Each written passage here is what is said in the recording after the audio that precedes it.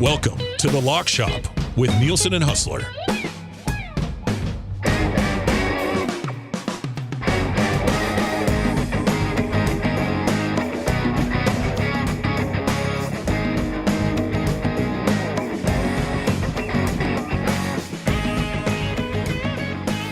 All right, it's 11:03. What's up? Welcome to the Lock Shop here on Edmonton Sports Talk. Thank you very much for being here today.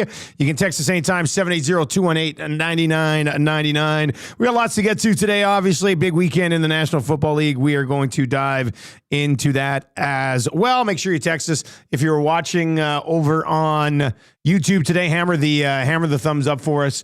When Huss joins us, we're going to start with baseball. Kyle Tucker goes to the Dodgers.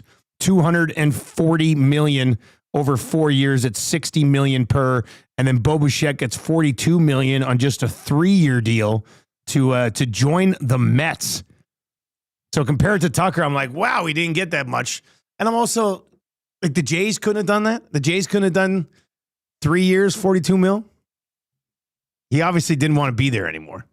I haven't had a lot of time to dive into all of the reaction on Jays Twitter just yet, but your thoughts on it all. 780-218-9999. 780-218-9999 is where you can chime in. We will lay out we'll dive into it all right now. The Lock Shop and all of Edmonton Sports Talk is brought to you by Play Alberta. Download the Play Alberta app. Click on EST specials or go to playalberta.ca, click on EST specials. What do we got here already? We got 4 sitting there right now heading into the weekend. We've got your NFL partner parlay from earlier in the week.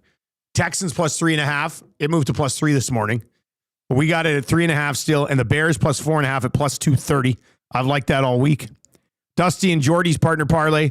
Bills to win, Rams to win, Texans plus 3.5, and Seahawks to win. That's boosted to plus 690. Jay's play of the day is still up there for this weekend. Christian McCaffrey, 48 receiving yards. JSN, 94 receiving yards, plus 205. And then the early bird bet today is very similar to what I did with my buddy Jordy earlier in the week. Bills to win, Rams to win, Seahawks to win, plus 340. If you want to ride on that one with us as well. On the radar today, we will give you our best bets for all 4 games. Also planning on putting together a little touchdown scorer parlay. And then also, I think what we're going to do, so we'll do all of our best bets, all the spread picks. We'll do a touchdown parlay. And I think what we'll also do is we'll do a 4-game teaser with the totals. So we'll move the totals around and put together a 4-game teaser with the totals, which should be a lot of fun. Winnipeg Jets win again. Oilers do not win. Sorokin stymies them last night. So we'll get to that as well. We got some big Major League Baseball news, obviously, with Tucker and Bichette finding homes as well. So we'll get into that. Let's bring in Huss from Winnipeg Sports Talk. WST coming up at high noon Edmonton time over on the Winnipeg Sports Talk channel. Huss, how was the Lock Shop yesterday with Maddie, man? It was short notice for a Wannock, but things were good. It was awesome. Yeah, it was awesome. of course. I could talk to Matt for hours. No, we had a good time. Hit a few. Dude, I got the Jonathan Taves goal prop, the gift that keeps on giving right now. Plus what? $395 last night for a goal, plus 140 for a point.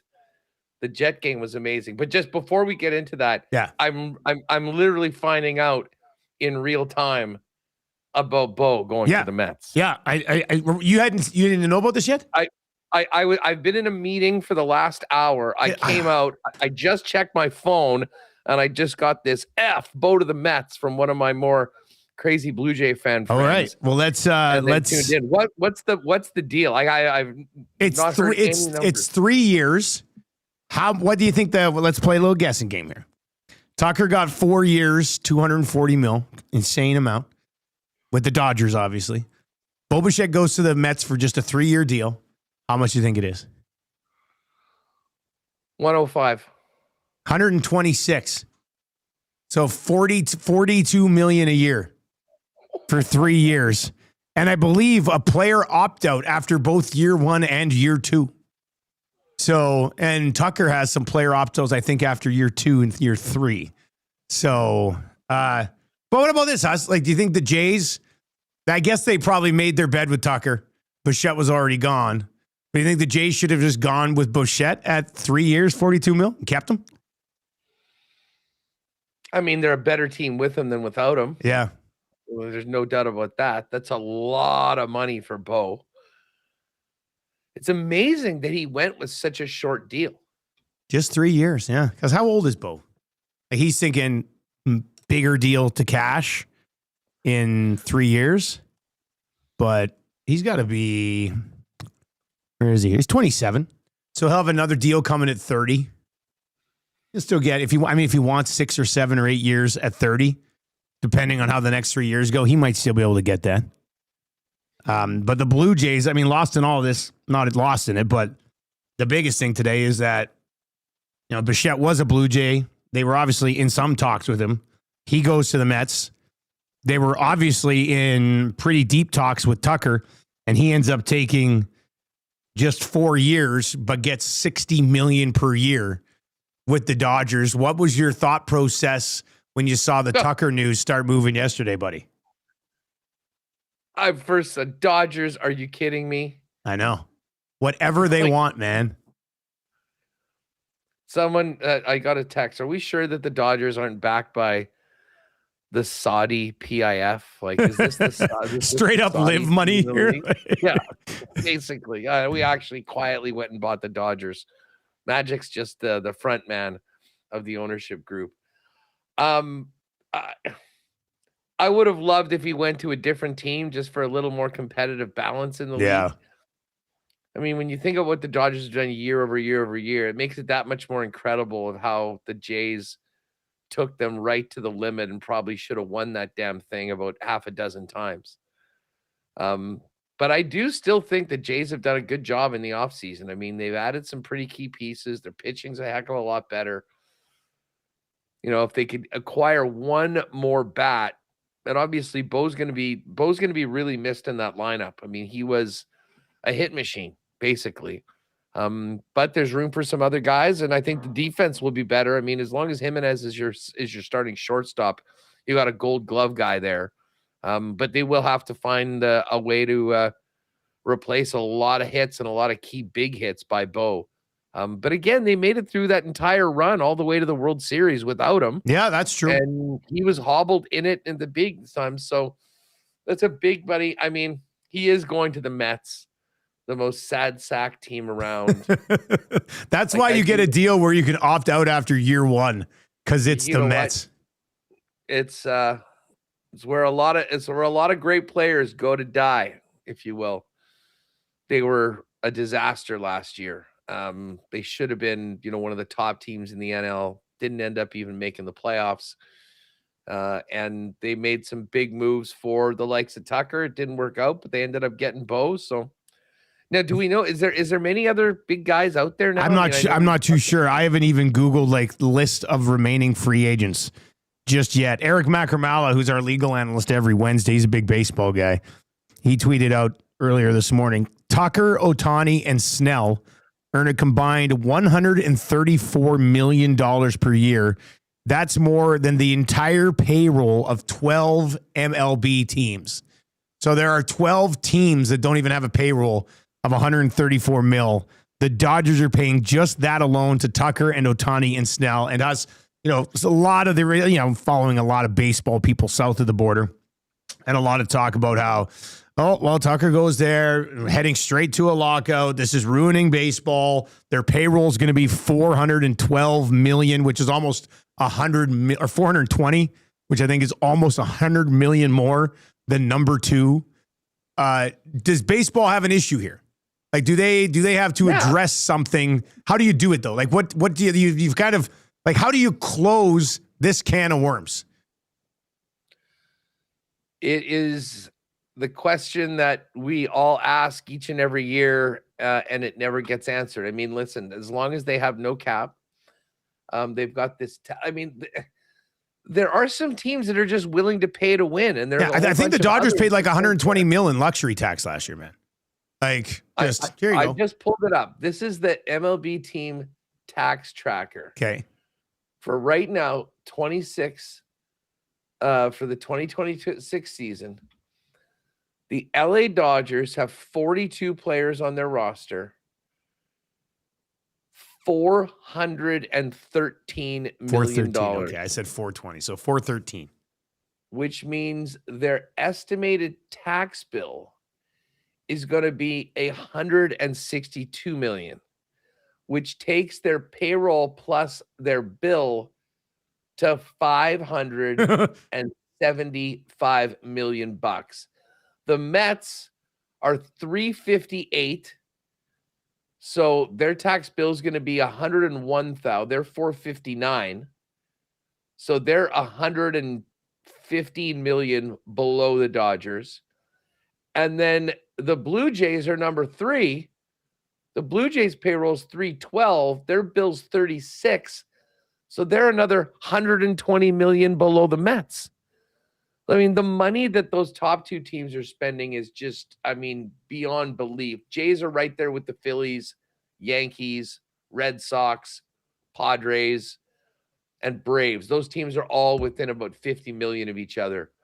But the Mets and the Dodgers, it's nuts. And then you go down to the bottom and you look at these teams like the Miami Marlins, 100, Tampa Bay, 108, Cleveland, 117. And they're probably getting a whole bunch of, once they get topped up with the revenue sharing and all that, they're guaranteed to make money. Same with the Pittsburgh Pirates. I mean, the Twins that dropped all their guys. So, I mean, you basically look at this group of teams from 21 to 30, the bottom 10 teams in the league. The A's, Rockies, Cardinals, surprisingly. That's a team that normally spends. They're kind of maybe in a bit of a different category because they're going through some changes. But the Nats, the Pirates, Twins, White Sox, Indians, Guardians, Rays, and Marlins all write it off before the season even starts. Send them. That's the thing, right? They're done. It's completely done. Just I can't imagine being a fan of those teams. Money. So I wanted to see, the luxury tax. Like, where does the luxury tax go in Major League Baseball? So here's where it's all sorted out, right? So the Dodgers go and pay all this money, all this tax. Here's where it goes. Player benefits and pensions, a portion of it. They said the example is $3.5 million goes directly to player benefits, including pensions for former players. Half of the remaining funds are used to enhance players' individual retirement accounts. And then the other half is placed in a fund managed by the commissioner to reward teams that meet specific criteria, often focusing on smaller markets or teams growing their local revenues beyond media. So like just under half of the luxury taxes will go to those other teams that aren't in the luxury tax and try to help them grow their organization. But the problem, do they do much with that? Or do they just the owners are just like, thanks, I'll keep this. Ask the fans of any of those 10 teams that I just mentioned, then they'll probably tell you that not a lot of it is going back into the product. So we'll see. I think it's 2027. The next Major League Baseball deal needs to be done. Great. So we'll see how that sorts itself out. Do we have, let's see if we can find, let's see, top remaining MLB free agents. Here we are. USA Today. This is USA Today. Gabe Locks. Have you ever had Gabe Locks on your shows? Gabe Locks is a good guy. No. Yeah, we've had him on a few times.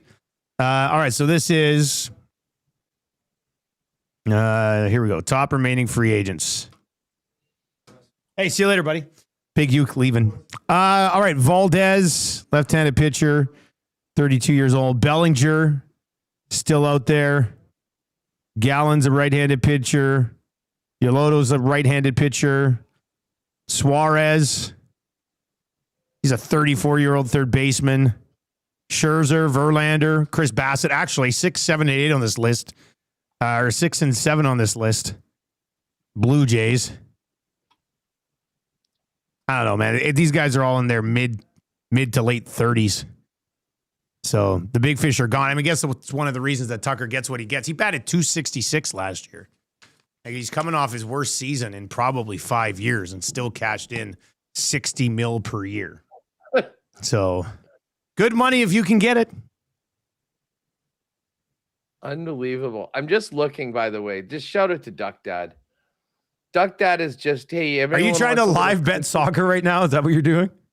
Well, he said, starts in 30 minutes. We've got German hockey, Mannheim money line, and Red Bull Munich in regulation. Add Espanyol to win in Spanish soccer. Should be an easy plus 200. Like, this is the sort of thing. Okay, what did he say? I'm gonna. Said Mannheim. Yeah, he said Mannheim. And who else? I don't know which. Red Bull Munich. Okay. Yeah, that's minus 213. And what was the other one he said? Soccer. Yeah, soccer, a Spanish one. It's in La Liga. Espanyol to win in Spanish soccer. So in the Spanish league. Where are we finding? Is EHL? That's Norway. DEL. DEL. You'd be looking for DEL. And who else did he say? Who's his soccer team? Oh, here we are. Espanyol to win Adler Spanish Mannheim? soccer. Yeah, Adler Mannheim. And then Red Bull Munich. Oh, Espanyol. Here we are. What league is Red Bull Munich in? Same league. It's right there. You should be able to see it right at the other one. As Huss and I quickly bet European sports here.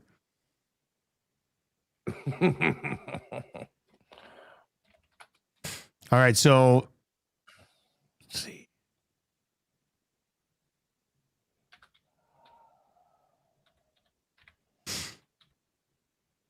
Freeway. Manual. Well, I might have done it incorrectly here. I don't bet a lot of soccer. So Red Bull Munich, I should say.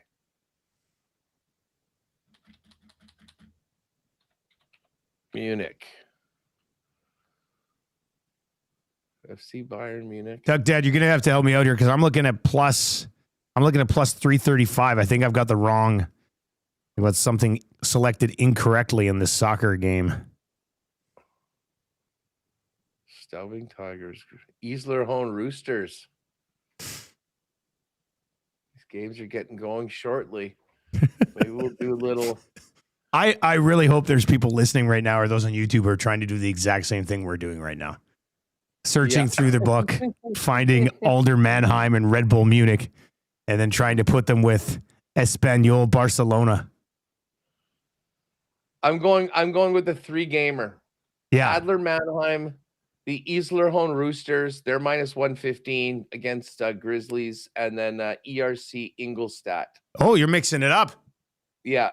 I'm just going a 3-game German hockey parlay. Considering the way things have been going lately, I fully expect to cash this ticket. All right, Huss. Let's go NHL. Then we'll spend the rest of the show on the NFL playoffs this weekend. Winnipeg Jets. My goodness, is anybody going to stop these guys? Well, it was a crazy game last night. If halfway through the first period, they were down 10-0 in shots. I saw it early. I thought when I saw it was 9-0 in shots, and I thought, oh boy, this isn't good. So Minnesota came out strong. The Jets kind of hung on. They ended up they got the first goal, which was nice. They took advantage of the power play is sort of kind of woken up as of late. So they got a power play goal from Taves, cashed the tickets right off the bat. That was a beautiful thing. And then get this. They score with 11 seconds left. And the Jets had been so bad throughout this bad stretch that they'd been in of giving like killer late goals in periods. So they get a goal with 11 seconds left. Quinn Hughes makes an unfortunate play to ice it. So there's 4.7 seconds left. They throw the faceoff king Taves out there to grab it. He gets it back to Scheifele, who puts it on Morrissey's stick and just shits a laser into the top corner. 2 goals in 8 seconds in the last 11 seconds of a period was a killer. So they're up 3. The Wild got one early, and then the goal that we'll be talking about for a long time, the quintessential Stan bomb. Logan Stanley. What a rocket. I saw that last night. Goal, I mean, a contested play at the blue line, keeps the puck in, goes to make a play. It's blocked, grabs it back, goes in. And I mean, to say this was a laser to the top corner wouldn't be doing it justice. So they got it. They were off the rest of the way. Scheifele, listen, if Braden Point can't go, he is in the protocol, and he's certainly making a case. He had a goal and 3 assists last night, continues to play at a really high level after getting his 500th assist the other day. So yeah, the Jets are playing some good hockey. I said to Connor and Liss after the game on Tuesday, where the Jets won their 3rd in a row, you beat Minnesota and then come back and beat Toronto on Saturday night, I'll be all the way back in. Oh, you're this close. So, hey, they've managed to do something that the others haven't done all year. The others haven't won 3 in a row, let alone 4 in a row. So the Jets need to win about 13 in a row, to be perfectly honest. They're 25% there, Huss. Hey, you look at their schedule, big game against the Leafs on Saturday night, and then a road game in Chicago. Taves returned to the Windy City. He's playing great right now. And then you come back for St. Louis, for the Panthers, for the Detroit Red Wings. So, I mean, there's a lot of good teams on the roll, but, I mean, this team knows what they have to do. And they're playing a lot freer right now. So it was fun to see. I will tell you, the game of the night, that Leafs-Vegas game. I don't know. Wild, hey? That. Oh, man. Leafs blew 4 2-goal leads in that game. And I mean, it just seems Vegas is inevitably getting to overtime. Whether they win or whether they lose, they're getting to overtime. And in this case, for the second straight game, they won an OT. So they always guarantee themselves their point, and then they see if they can get another one. So anyways, it was a fun night in the NHL last night. And now we've got, I mean, the Friday slate is always usually pretty small, but with this compacted schedule, there's so many back-to-backs right now. We've still got 4 pretty interesting games tonight on the card. Yeah, let's just quickly hit those, and then we'll spend over half an hour here on the NFL games. There's been some line movement there as well. Red Wings and Sharks tonight, Panthers and Hurricanes, Lightning and Blues, Preds and Avalanche, and the Kings and the Ducks tonight. Let me see what I got for starting goalies here. Anything that you're looking at early here, Huss? Well, I mean, listen, the Lightning don't lose anymore. But how about that? Like, they're more than a minus 200. I'm just on the ESPN sheet right now, but it has them booked at minus 205 on the road against St. Louis. It's a pretty chalky number for that. You got the Avalanche at home against the Predators. They're minus 310. I think you're probably looking at a puck line bet if you want to probably bet either of those two teams. And the Ducks-Kings game is interesting. I mean, the Kings haven't been very good lately. Ducks have been brutal, but the Ducks coming off that win against Dallas. And obviously Florida and the Canes will be a great one, although Carolina is a big, big favorite in that one. And the Sharks had a nice win last night. They're on the second end of back-to-backs, considering where they are in the wild card, kind of hoping that they don't win tonight. Yeah. So might be leaning on the Wings. But to be honest, we've had a lot of shorter lines lately in the NHL. The gap between the favorites and underdogs is pretty big tonight, bigger than I kind of expected it to be. Yeah, the closest game is the Kings at -141.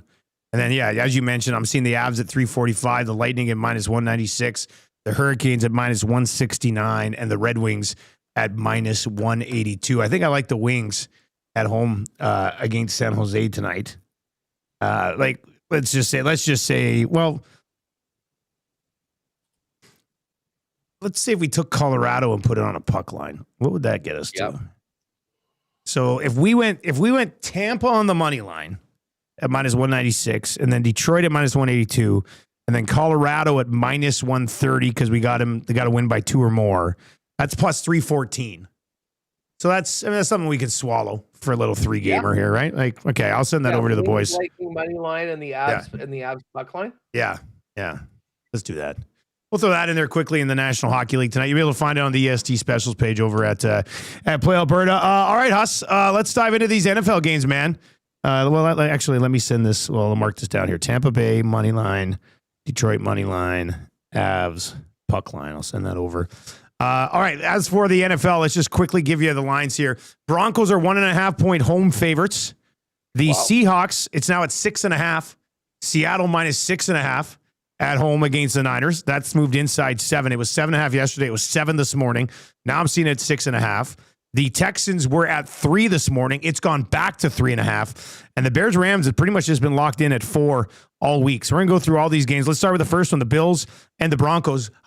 Correct me if I'm wrong here, but I thought the Bills a slight favorite at the beginning of the week? Yeah. Okay. Yeah, the Bills opened as 1 or 1.5-point fave. So this is a 2.5-point swing. I mean, put it this way. I mean, I honestly don't even care about the point spread in this game because to me, this is a pick-up. What's the money line that you're looking at right now? I am looking at Bills +107 and the Broncos -125. Woo. Well, listen, I like that as someone that will be backing the Bills and betting against the Broncos. I sure like that number. I mean, listen, there's a lot of reasons to like Denver, home field, great defense. Yeah, I'm interested to hear the case for the Bills here because I'm going to get on Denver, I think. Now, the case for the Bills is the guy playing quarterback. If you really want to, I know, that's my case. I mean, are the rest of the Broncos like if I have to decide between Bo Nix and Josh Allen, everybody's taking Josh Allen. But are the rest of the Bills? Can the rest of the Bills hang with the rest of the Broncos? Do you think? I mean, they're going to have to figure out a way to limit the damage done on the ground. And Sean Payton will probably be running the football early and often. Although Jacksonville did the same thing. I remember those 3 runs by Tootin where he went for like 45 yards. And then later on, they didn't stick with that run. And at a certain point, you kind of, sell out to stop it. I mean, here's the thing with Denver, though. I mean, we're not talking about just, okay, Denver is like way better in every category except for the quarterback.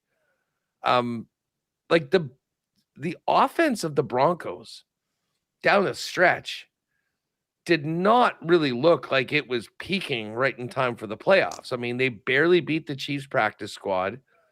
They struggled with the backups against the Chargers in that final week. I mean, I can show you a bunch of other games this year, like them squeaking by the Jets and go, wait a second, is this a team that was just propped up by a terrible schedule? And there's an argument that certainly is the case. Now, I thought what Buffalo did last week on the road in Jacksonville was it was a great team effort. And man, did they come up big in the fourth quarter when they really needed it. And listen, I think this will be a close game. I think it'll come down to the fourth quarter. And with the game on the line, I'm riding with Josh Allen over Bo Nix. I mean, it's pretty, it really does come down to that. Like I'm here for the Denver defense and all of that, home field advantage, the rest. To me, I can't imagine this not being a really close game. Yeah. And Josh has kind of lived by the sword and died by the sword. The guy that's been killing him, 4 of his 5 playoff losses isn't there. And I'm sorry, Bo Nix ain't that guy. So I'm taking the Buffalo Bills at +107. I love it. Yeah. This is a tough week. Like, all these games are tough. I mean, the numbers are, well, we'll get into it as we work our way through these games. They're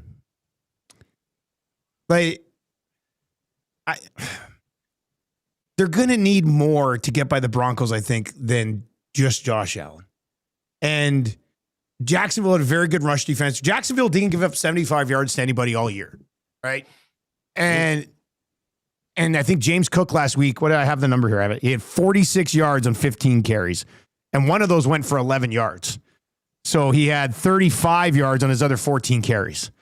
So they really didn't get anything going on the ground last week against Jacksonville's defense, and Denver's got an outstanding defense here as well. So, I'm torn on it because I want Josh Allen to win this game.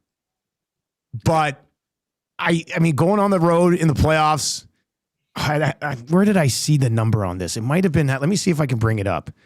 The Action Network, I think, had an interesting note here. Where is it? I want to see if I can find this. Road trip time. Teams to play their second consecutive road game or later in the playoffs are 33% straight up over the last 20 years, 32 and 64. So it's tough. It's tough to go on the road and win back-to-back playoff games. Well, for sure. But at the same time, I mean, those teams by definition are probably like 6-7 seeds going up against, top. The fact that 33% of them, I would have guessed it would have been less. To be honest, I would have thought that might have been. So like you're 15. saying these seeds are all weaker than the Buffalo Bills seed? Like the Buffalo Bills is their seed this year. Anytime a team is playing back-to-back road games in the playoffs, it means they pulled an upset off in the first place, outside of the odd, Rams being a 10-point favorite on the road because you're playing an 8-9 team. And then going up, again on the road, more often than not, probably against a team that had the bye. It was the number 1 seed. So the fact that 33% of those teams have won. Yeah. I'm taking Denver. I'm going to go Denver. Denver. And you know what? It's not a Bo Nix play. I think they've got a veteran head coach that will find a way to take advantage of a Bills rush defense that has just been atrocious for most of the year. I think they'll stick with it. Whereas last week we talked about it, there was a bunch of plays where Jacksonville had run the ball well, and then all of a sudden they're throwing it on 1st and 10 with Trevor Lawrence. I'm like, this doesn't make a lot of sense. And Denver hasn't ran the ball a ton during the season, but I think they'll orchestrate some sort of plan here to try to take advantage of the Bills' biggest weakness. And I think Josh Allen's terrific, but I don't know if he has what he needs around him to be able to pull this one off in Mile High. So, I mean, it's a pick 'em, basically. So he's going to get on the Bills. I'm going to get on the Broncos. Let's keep this thing moving along. We've got the Niners and the Seahawks. So it was 7.5. Then it was 7 this morning, and this is the first time all week I see it inside 7. It's sitting at 6.5 right now, Huss. I don't know if this is Sam Darnold oblique worrying coming through here. I mean, I don't know what else it would be. Seahawks are minus 294 on the money line. Niners plus 241. Warner will not be back for the Niners in this one. I mean, Niners at 7.5. You probably would have liked that a little bit more than the 6.5 that it's sitting at right now, but Huss, you on the Seahawks here to take control of this game, or do the Niners make it interesting even though they're banged up? Listen, I mean, to me, I think this is the Seahawks game to lose. I mean, they proved that they are a legit 1 seed and the favorite with that win over these same Niners in San Francisco 2 weeks ago, where they gave up 3 points. 3 points. And I would argue that the Niners are in even worse situation offensively now that George Kittle is out. I just searched Sam Darnold in Twitter just to see what the latest on this is. And some guy says, the Seahawks have a good bye week, stay loose, and don't get hurt. And then it says Sam Darnold, and it shows Shane McMahon on top of the Hell in the Cell going like this and jumping off of it. I had to laugh. I think the Seattle Seahawks can win this game with Drew Lock. How's that? Ouch. Like Niners fans watching right now are like, screw you, Huss. If Drew Lock was the quarterback, if they announced Drew Lock right now as the starting quarterback, what would that do to the line? I think it would take probably moving it to 4.5. Yeah, I was going to say 3.5, 4. So 4. I mean, 4.5 is good. Yeah. So 3-point. I mean, the oblique is not a good thing. Darnold says he expects to be ready to play. There's close to zero chance he won't play.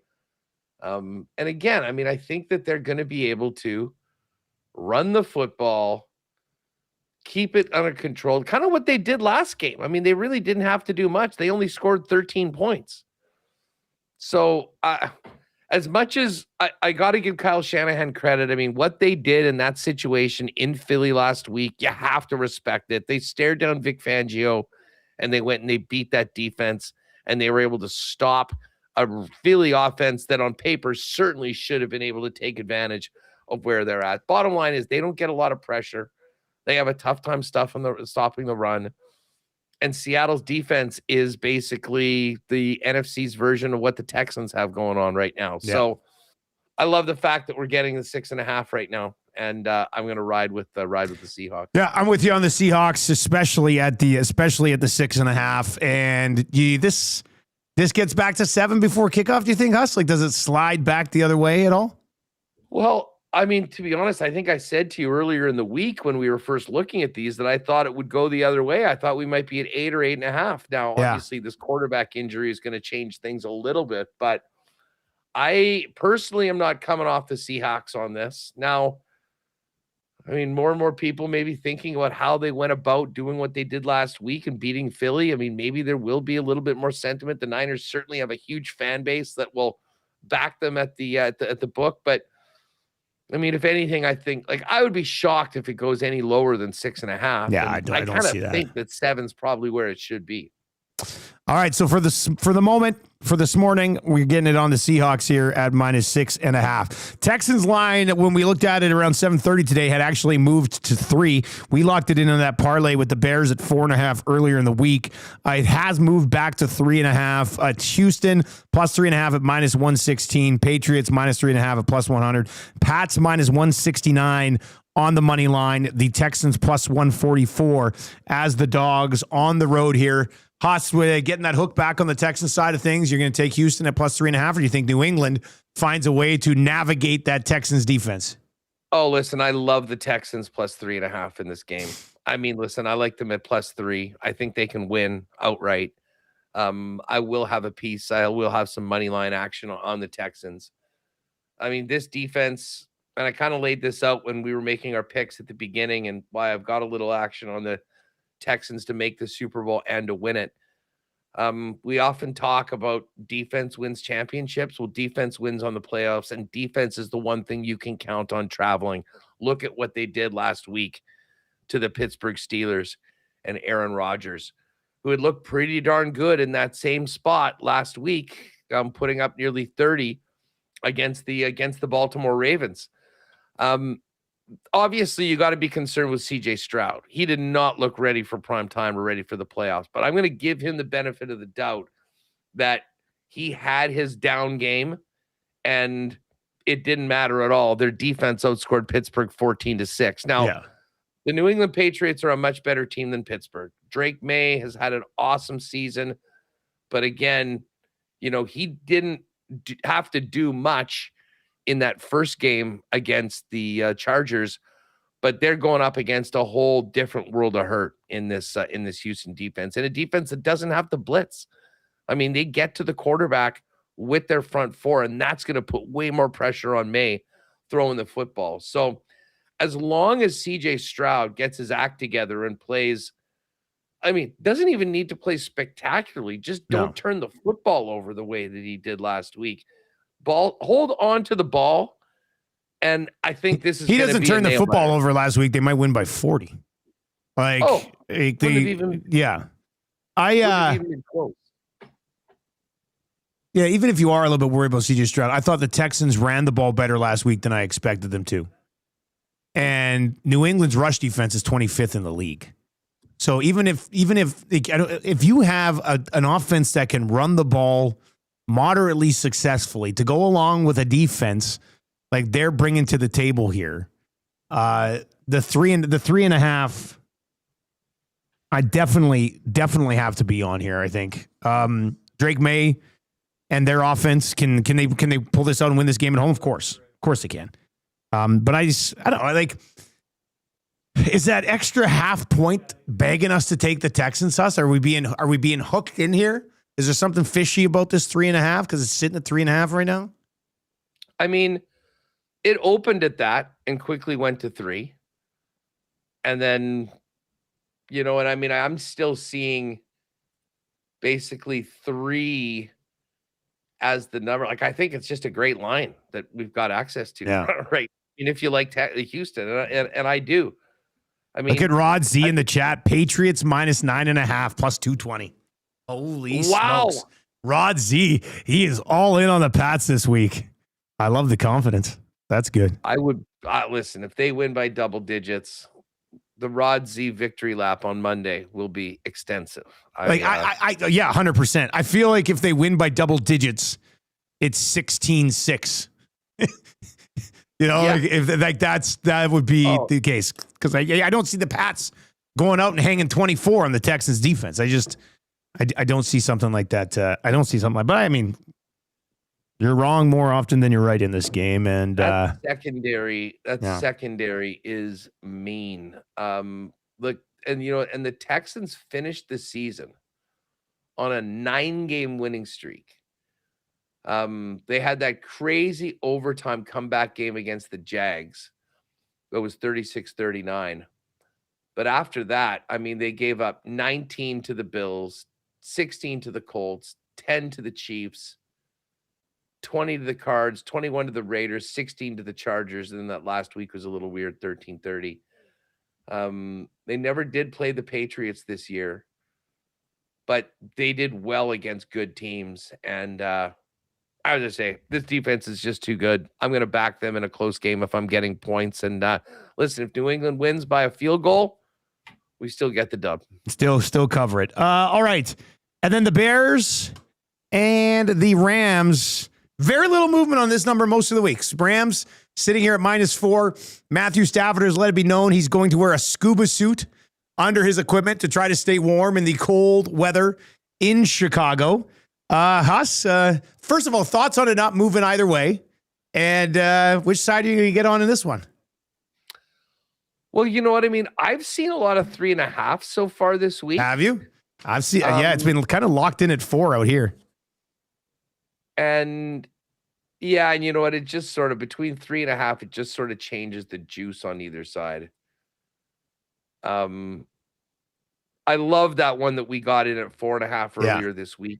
I mean, I do think that 4, and we saw it last week in the Bears-Packer game, touchdowns taking from 3-point leads to 4-point leads. So to me, that extra point off the 4 at 4.5, I think is really valuable. But listen, the more I think about this game, I think the Bears win. Like, never mind the points. Dude, it's not a good sign when your Los Angeles, California-based Dome team has to travel into a scenario where it is going to be Arctic cold. Like, this game could rival, and God, I'm getting chills just thinking about it, that Miami Chiefs game that I was at that took me 2 weeks to warm up from. Remember how cold you were at that? I remember pictures of your cheeks just looked like you were God, frozen. Dude. So and I mean, that's like right on the lake too. So, I mean, like those temperatures, we get it. There's a truth to like what we have around here. It's a dry cold. The minute it gets moist out, bottom line is, if your quarterback's wearing a freaking scuba suit, that is a concern. Like, I know Devontae Adams played in Green Bay all those years. Yeah. I mean, Puka Nacua is a California guy. I just don't know if the Rams are made to play in these sort of conditions. And listen, I know Caleb Williams came from UFC or USC, not UFC, from USC, but he's been in Chicago for a couple of years. He's probably never played in anything this cold, but I mean, he calls himself the Iceman. What better of an opportunity to make sure that name sticks than wins this game? I like the Bears running game. And I think their defense is going to really be helped by the conditions in this game. I love the Bears here, and I will take the Bears and the points in the Sunday nighter. I'm going to get on the Bears as well at the 4. I don't know if I'll have the balls to sprinkle them on the money line, but they're 6-2 at home this year. The Rams during the regular season, 4-4 on the road. Like the Rams were a very average team on the road throughout the regular season. Stafford's my guy, but since joining the Rams, Matthew Stafford in cold, rainy, or snowy conditions is 1-9. So that's not good. And then on top of it, I mean, you found this Bears team that has to have some sort of momentum and belief after they were down and looked like they shouldn't even be in the playoffs in the first quarter and a half against the Packers last week, and then came back to win that game. I mean, Caleb Williams, his confidence has got to be at an all-time high. I think they would have a lot of belief in their head coach and some of the decisions that he made. Let's not forget the 6 times they did it in the regular season later than 2 minutes left in the fourth quarter. Yeah, they find way. They found ways, man. So I heard a stat that the Bears and the Packers played they played 3 times. Bears won 2 of those games and never took an offensive snap with the lead. Really? It's nuts. And what a coaching matchup too. McVay versus Ben Johnson. Yeah, I can't wait for that. That's going to be a lot of fun. I wonder if the handshake will be a little more cordial than the one with LaFleur last week. All right, Huss. So our parlay is easy. Bears, Texans, Seahawks. 6.5, 3.5, 4. We'll move to 4.5 again. Okay, I'll send that in. Quick note on C.J. Stroud, because it doesn't look like Nico Collins is going to go. This year without C.D. Stroud, or without Nico Collins, C.J. Stroud, 71% completion percentage, 3 touchdowns, 1 interception, 103.4 passer rating, 0 sacks taken. Texans went 2-0 in these games. So they were 2-0 without Nico Collins this year. It's different. It's the playoffs. I get it. You'd like to have him. But he did not practice today, and they're not expecting him to go now. But they went 2-0 without him this year. Okay, give me 2 touchdown score. Let's do 1 touchdown score from each game. So you take a game, then I'll take a game. You take a game, I'll take a game. All right. Well, I mean, listen, I'm going to back the guy that's the reason for my bet. Give me Josh Allen minus 110 in that Bills game. Okay, and let me see what the number is here. Give me Zach Charbonnet minus 137. I like it. So Charbonnet slightly ahead of Kenneth Walker there. All right, Huss, and then you pick which game you want on Sunday. You know, I actually like the Bears side of things here. And I'm just looking. We've got Caleb Williams for an anytime touchdown is over 3-1. That's kind of a long shot to put in a parlay. Yeah.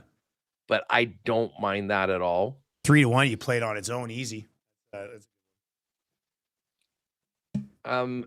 You know who I love, and it'll be great if we can get to this point, but the big tight end, Colston Loveland.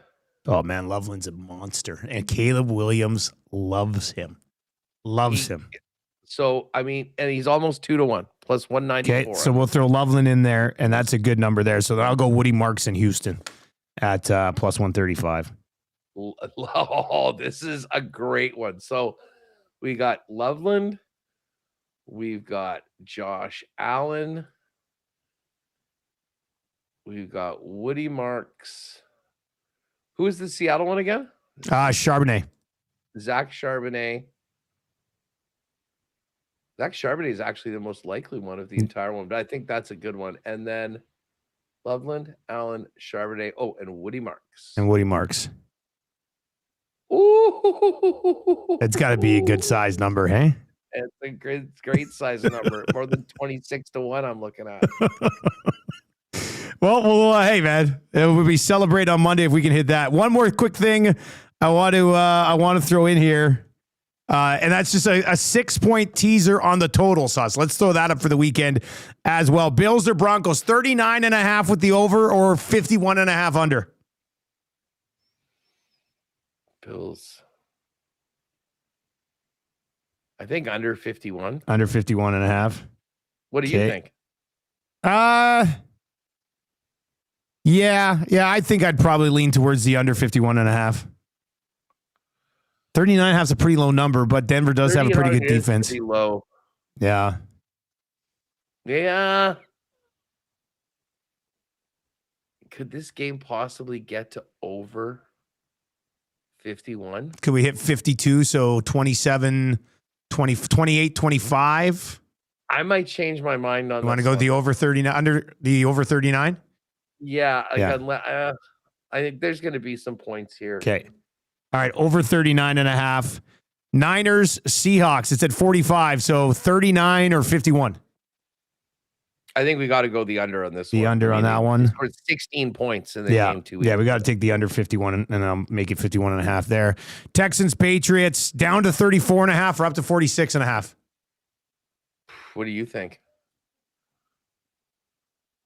I think probably the